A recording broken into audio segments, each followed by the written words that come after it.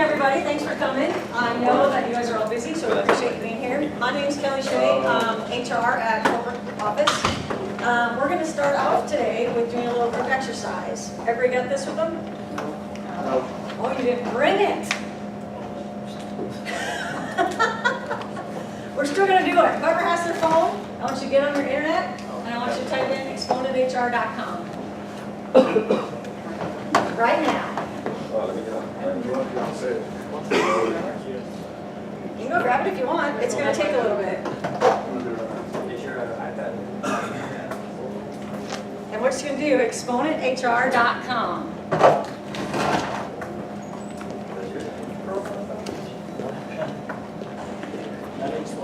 Oh, dang, I spelled it wrong. Autocorrect. Dang.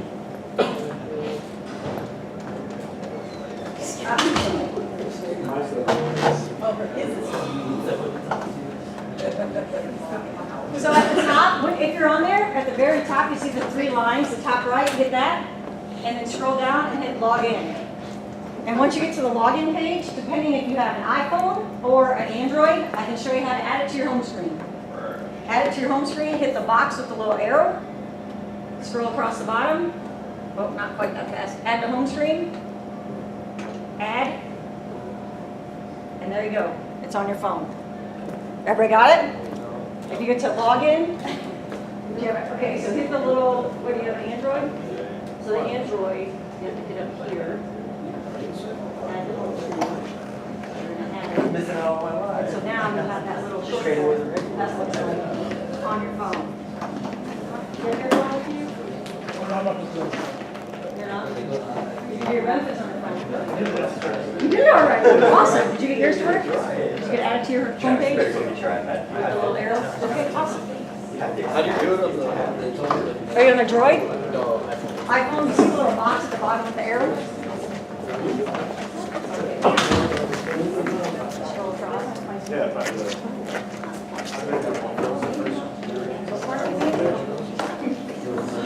you have to take it down.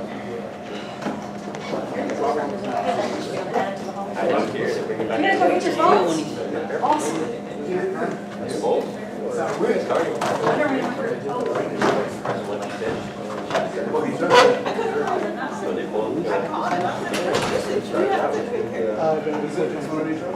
Yeah, we can hit those three little lines on the top right. From the 13th. Log in. Now, at the bottom, oh, wait, don't do it yet. Set up first time user and log in. So yeah, if you guys have not logged in, hit that little box down here. Add to your home screen.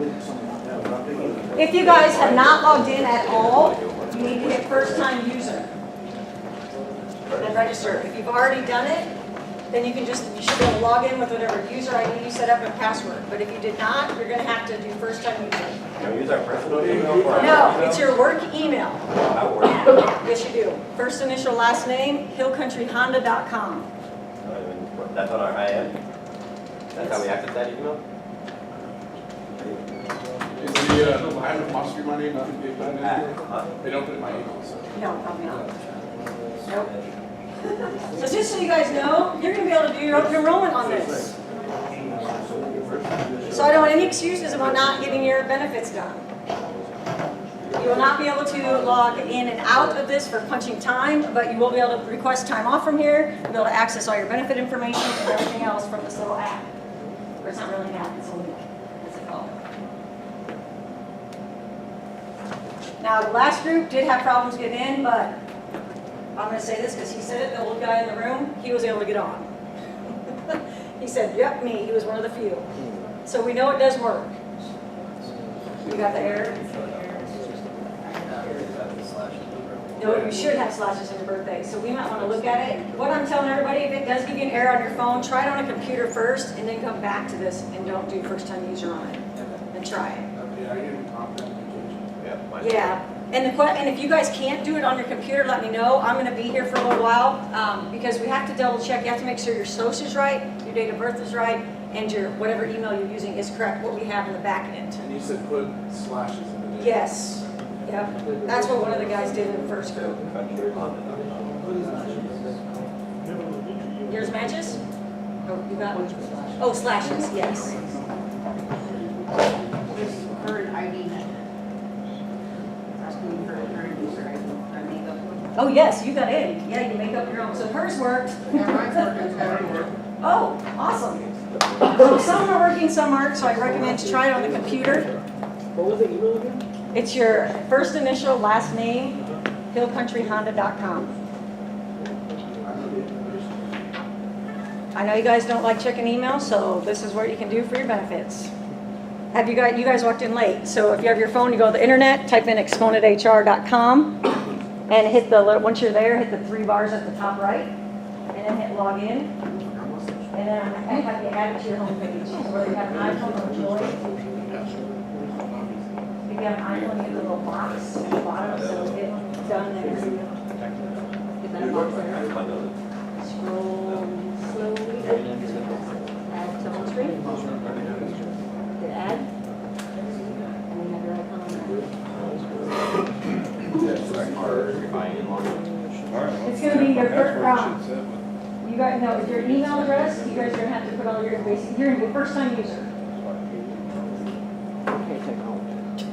If you don't get in, again, I'm having you guys go to a computer first and try it, and then you can come back to your phone. Thank you for all participating. Now you can go out and share. So again, my name's Kelly, and Lucas from Willis Towers Watson is here. He's going to start going over some benefits. The good news is our benefits are all pretty much staying the same, and there's no cost change whatsoever. The even better news is our life insurance, the base life insurance that the company pays for, went to $50,000. It's no longer $20,000. And we also dropped our deductible on Plan C. It's now $4,000. So it's all good stuff. So I'm going to turn it over to Lucas. I'm in the back if you guys have any questions of anything afterwards, or if you guys, again, can't get onto the system, let me know. Thanks. All right, so we're out here talking about your benefits for next year, which start February 1st, 2019. So once you make your elections and they go into place after February starts, those are set in place for a year, all the way through next January of 2020. You can make changes throughout the year. The only exception to that is if you have a qualifying life event. Does anyone know what that example of that might be? Fun ones, right? So yeah, if you get divorced, if there's a death in your family, well, also the good stuff. If you get married, if you have a child, so anything that you change to your family status that would necessitate you changing your benefits. If your spouse is working and they have benefits through their employer and then they're no longer working there, that's a qualifying event. You can add them to your coverage. The only thing that you have to keep in mind is that you only have 31 days from the date of that event to notify HR. You'll make that update in the Exponent HR system. But you can't get married and then come back 6 months later and say, I need to add my spouse. It's got to be within that 31 days. Okay, so open enrollment technically begins today. Technically, it does begin today. And you have until December 26th to make your elections. I wouldn't encourage anyone to wait until the last minute. But again, as Kelly mentioned, this is all going to be done in the Exponent HR system. You're eligible for the benefits if you work 30 or more hours per week. If you were hired recently, your benefits began after 60 days of employment here. You can also cover your eligible dependents, so your legal spouse, your legal dependents, so natural children, adopted children, any child for which you have legal custody. And they can stay on medical and other benefits up until age 26. All right, so Kelly kind of gave you the highlights, but again, it's all good news.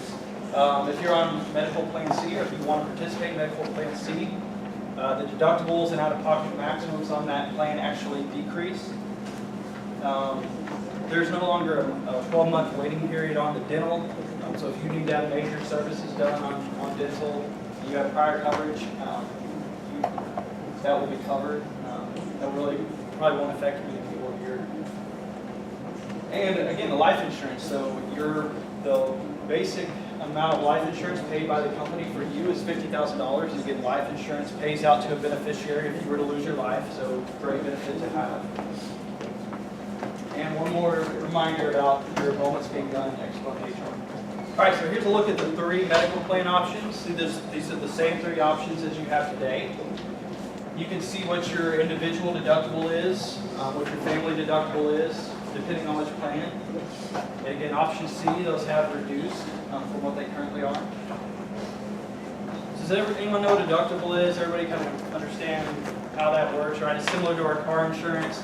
It's the amount you pay up until before the plan kicks in. So if you go to the hospital, you have to meet your deductible. If you have a surgery, you have to meet your deductible. Now, if you do have a copay, if you're on a plan, if you're on option A and you have a doctor's copay, that's not subject to deductible. Now, out of these three plans, if you're on option C, everything goes to the deductible. We'll talk a little bit more about that, but your doctor's visits, your prescription drugs, there's no copays allowed on that plan. So everything you pay out of your pocket is going up to satisfy that deductible. Now, once your deductible's met, the plan kicks in, and it's paying the majority, 75 or 75% co-insurance, depending on the plan. And you then, I'm sorry, it's 80% co-insurance, so you're paying 20% after that deductible's met, all the way up until this out-of-pocket maximum is satisfied. Hold on. On this sheet, it says 0% after deductible on option C. Yeah, it's 100. So the plan's paying 100. You'll notice this deductible is the same as the out-of-pocket on Plan C. Plan C is a 100% plan. So once you met the deductible on Plan C, the out-of-pocket's also been satisfied, so you're done. For the rest So of the other one, you end up paying, so it's option B, you end up paying $2,500 deductible, and then you're still paying 20%. Correct, up until your out-of-pocket maximum is hit. So that out-of-pocket maximum, that's really the amount when you're thinking of your total liability in a given year. That's the total amount out of your pocket for using network providers for both your medical and prescription drugs. So if I'm on plan B, I can pay a copay, I can pay for the full visit? Yeah, so for option B, you pay for the doctor's visit, the cost up to Anything they deductible. do, I pay out. Yeah, the only plan that has copays for your doctor's visit is Plan A, an urgent care. But with option B, you do have the prescription drug copays, which option C doesn't have. You have $0 generic drugs.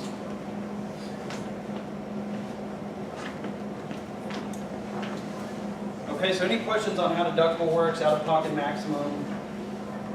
We'll go into a little bit more detail on some examples of that. But again, the big thing to remember, whatever you're currently on, that plan is still available in option C. If you're on option C, your deductible / out-of-pocket, because of the same amount, is going down for next year. All right, so embedded within your plan, there are two levels of benefits. So there's facility benefits, so think of an actual physical facility like a hospital, surgery center. Those bill on the back end to the plan a little bit differently than how your level 2, so all of your actual providers, your actual doctors, surgeons, specialists, the people that you work with. And if you've ever been to the hospital, most of you know, you get a separate bill from the doctor, the hospital sends you a separate bill, the anesthesiologist sends you a separate bill, right? So that's kind of how on the back end. We'll talk about the significance of that. So for the majority of what you guys use on the plan, if you're not going to the hospital, you're just going to your doctors or your specialist or urgent care, that will fall into this level 2 part of your benefits. So you can see what your responsibility is. Again, options B and C, you pay the cost of the visit up until the deductible is met. Option A, you do have a $75 copay for your primary care physician and a $100 copay for urgent care. Now, one benefit you do have is the one-call program we'll talk a little bit more about, but it's going to save you a lot of money if you do need an MRI, PET scan, or CT scan.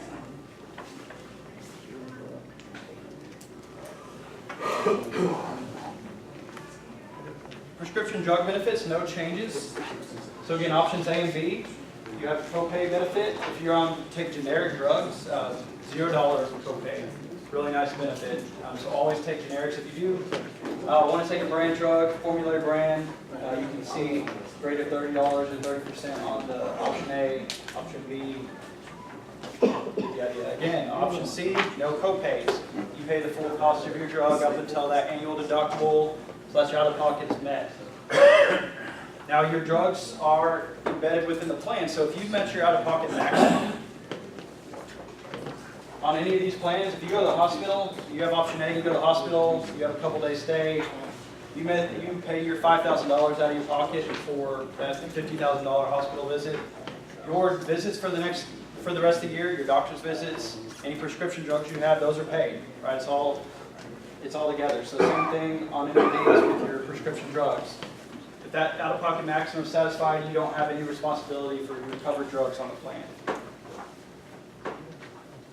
Any questions on any of that?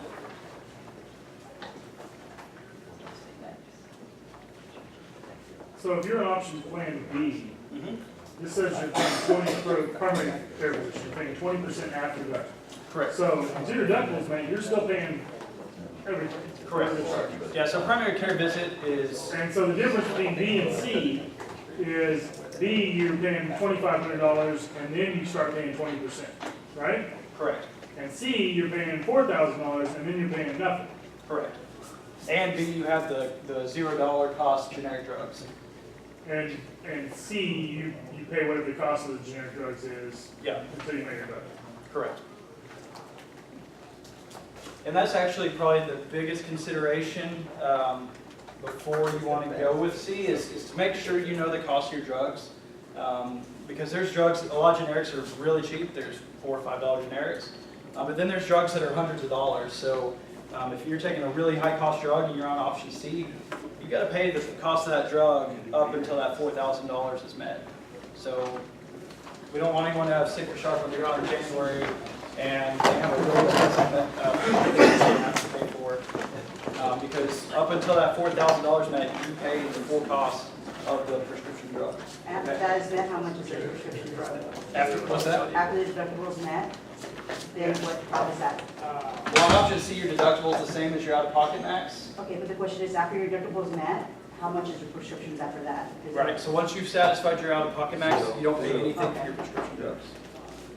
For your covered drugs for the rest of that year. Okay? Really, if you get one expensive service, you cover it.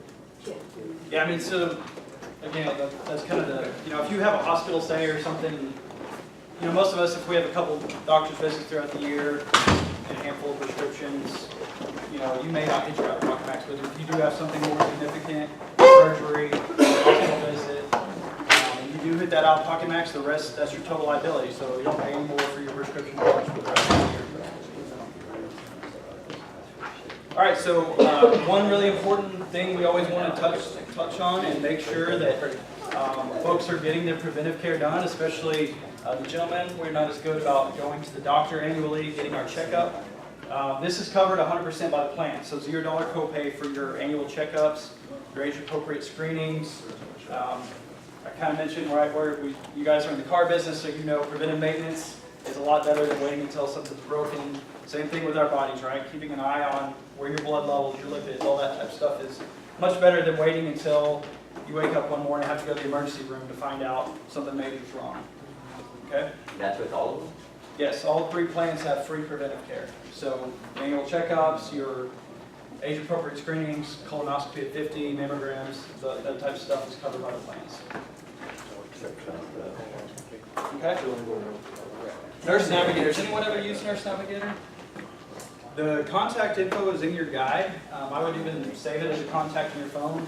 Not only can you talk to a nurse, and they have clinical information, right? Info on if you're having symptoms or if you're starting to take a drug. They're a clinical nurse. But they can also help with navigating your plan. If you're wondering about how your deductible and co-insurance are working, or if you need to find a provider in your area, they'll help with basically anything in regards to your benefits. So great service to be aware of. Will they help you with finding out how much procedures would cost? They can. The tricky thing with that is a lot of times if you're going to a facility, they're not going to tell you up front, hey, here's the total cost as a procedure, right? Because it depends on what they ultimately bill, what the final result is on something. But they can probably get you a pretty good average based on the area of what the cost is. So I mentioned the one-call program. If you're on options A and B, let's say you messed up your knee and your doctor wants you to get an MRI, you can call one call, and who's ever had an MRI? It's pretty expensive, right? You pay for could be thousands, a little bit lower than what the average is. They can run from 1,000 to 3,000, depending on what it is. Oh, 6,000. Well, that's really expensive. Yeah, so it's really expensive. Most of the time, if you're just going to go out on these plans and go get an MRI, wherever your doctor tells you, you're going to pay the full cost of the MRI up to the deductible. With the one-call program, if you call in to GPA, ask about the one-call program, they will work with your doctor to find out what type of MRI you need. They'll find the right facility in your area to get it done, and you only pay $100 on options A or B. Because option C, remember, no copays on that plan are allowed by the IRS. They still want to use one call because if your doctor sends you to whatever hospital, you may pay $6,000. Well, one call is going to know where you can get that same MRI done, and maybe you only pay $1,000 because you're paying for it up to your deductible on option C. So remember, throughout the year, you don't have to memorize one call, get their number, but just keep that in mind. If I need an MRI, a PET scan, a CT scan, there is a program that helps save me a lot of money on these medical plans that I need to utilize. Okay? All right, so Teladoc. Has anyone used Teladoc? Called in? Yeah. Pretty convenient? Easy? Yeah. So we were, if you were at the meetings in February, we talked about that. Basically, you can call in and speak with a doctor anytime, 24/7. So if you wake up tomorrow, you have a sinus infection, most of us still need to go to work, right? We still need to go on about our day. And your options are either call your doctor, try to get in. Maybe it's going to take a few days for you to get in to see them. At that point, you then got to take off work, go away to the office, do all that. Half a day's gone. Or with this, you can call, speak with a doctor immediately. They'll talk with you for 10 minutes or however long, review your symptoms, and if it's appropriate, they'll send you an antibiotic right to the pharmacy near you. You can go pick it up. Or if you start feeling crummy during the day here, on your lunch break, you can call the doctor, speak with them, get a prescription medicine.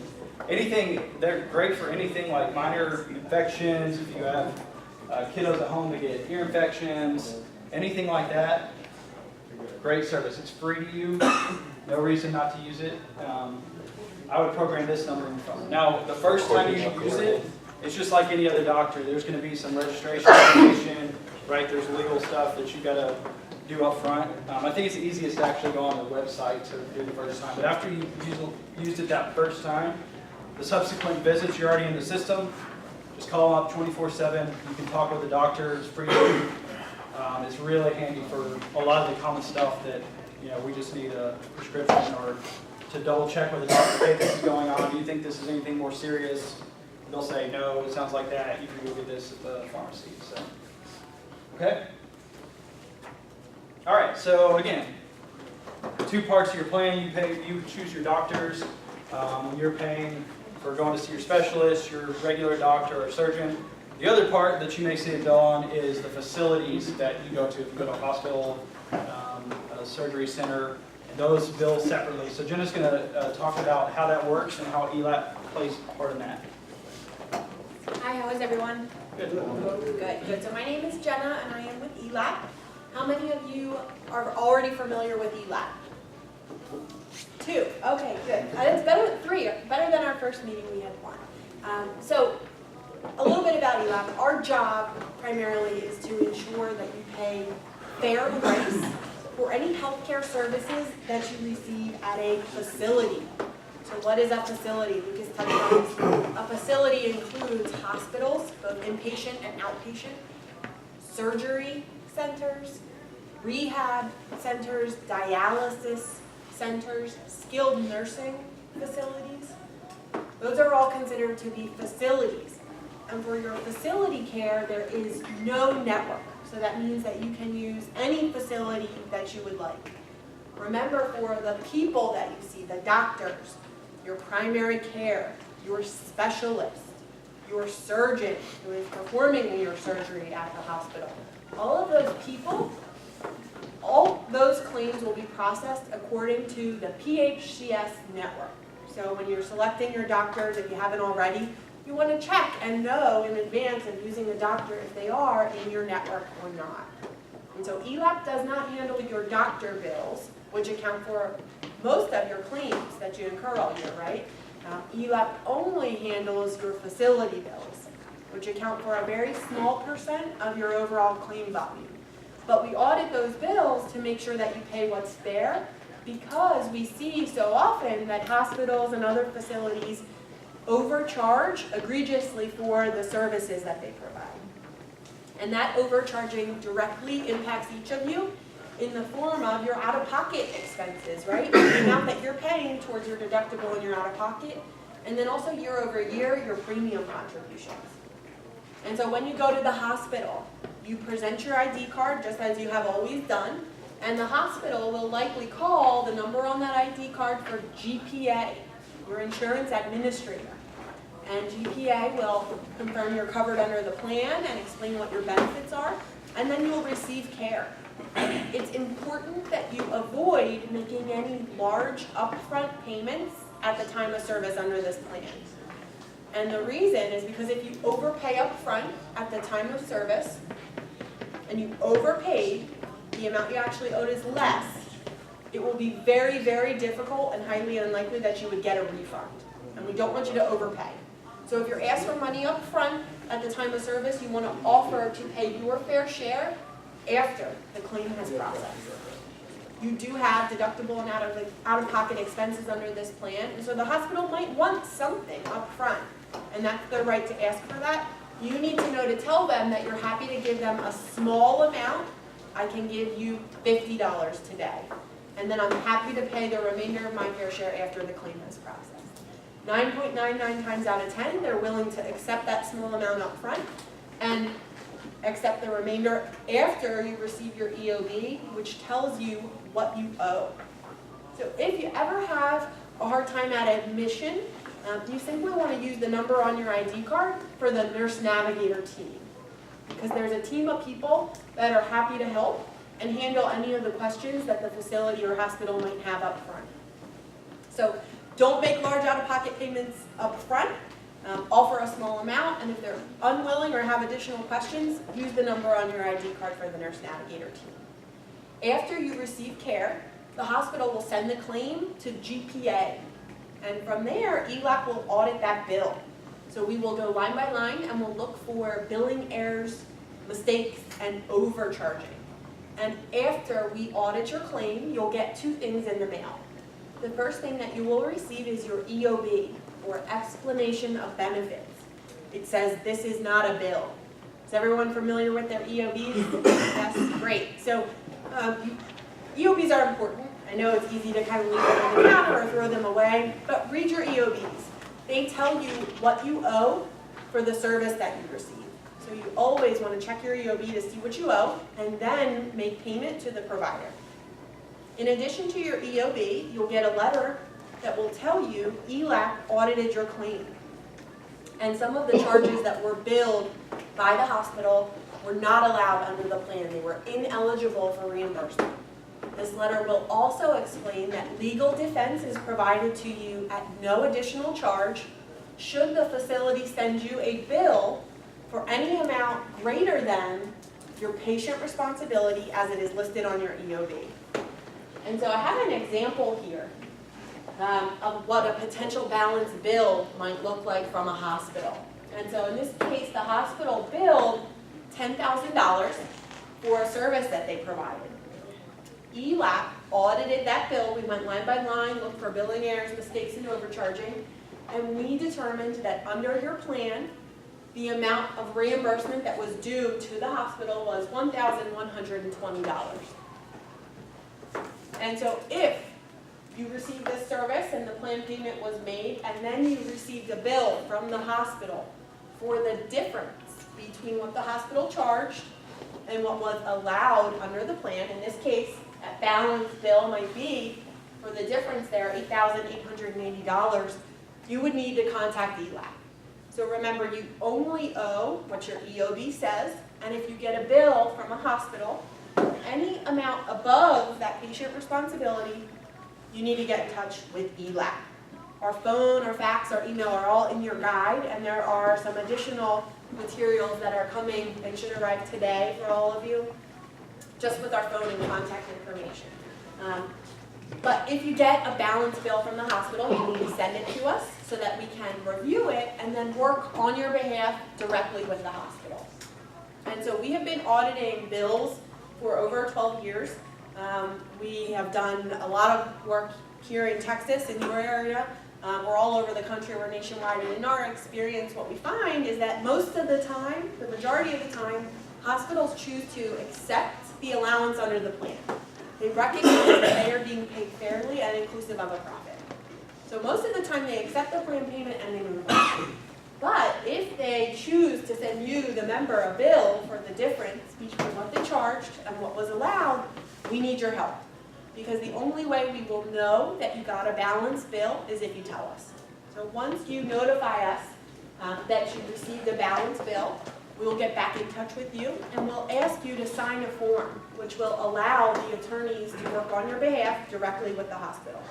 So you can either print, sign, scan that form and return it, or you can actually e-sign that form. So you can ask to receive the form electronically, you can sign it right on your phone, your iPhone, tablet, or computer. So after you return that form, the attorney will work on your behalf directly with the hospital, and you will receive a copy of any correspondence that is sent on your behalf in the mail.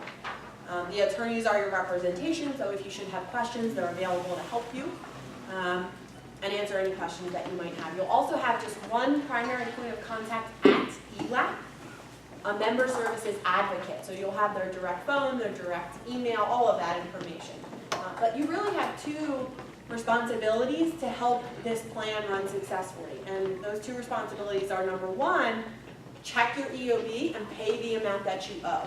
Because if you don't pay the amount that you owe, and you have a true outstanding medical debt, and your credit is impaired, there will be very little that ELAP can do to help you. So if you can't afford to pay what you owe all at once, that's okay. You want to just make small, regular payments until you have satisfied that full amount. So in addition to paying the amount that you owe based on your EOB, we also need you to check your mail and let us know timely if you get a balance bill from the hospital or a notice from a third party or collection agency. So collection notices are time sensitive. Receiving a notice does not mean that your credit was impaired. However, there is a 30-day window for the attorneys to review the notice and respond on your behalf in order to protect your credit. And so we need you to check your mail and let us know timely if you get a bill from the hospital or a notice from a third party. So I know it's a lot of details. Any questions from me? If you have Plan C, this is pretty much null and void, because anything over the $4 grand that you've already met, you would have been responsible for, correct? Well, this is to make sure that you don't pay, that you're not paying anything more than that $4 grand. So what can happen is, if you have a hospital stay and the total bill for it is $50,000. Yeah, but you know that with your policy, hey, $4 grand is my liability. Once you've paid your $4 grand,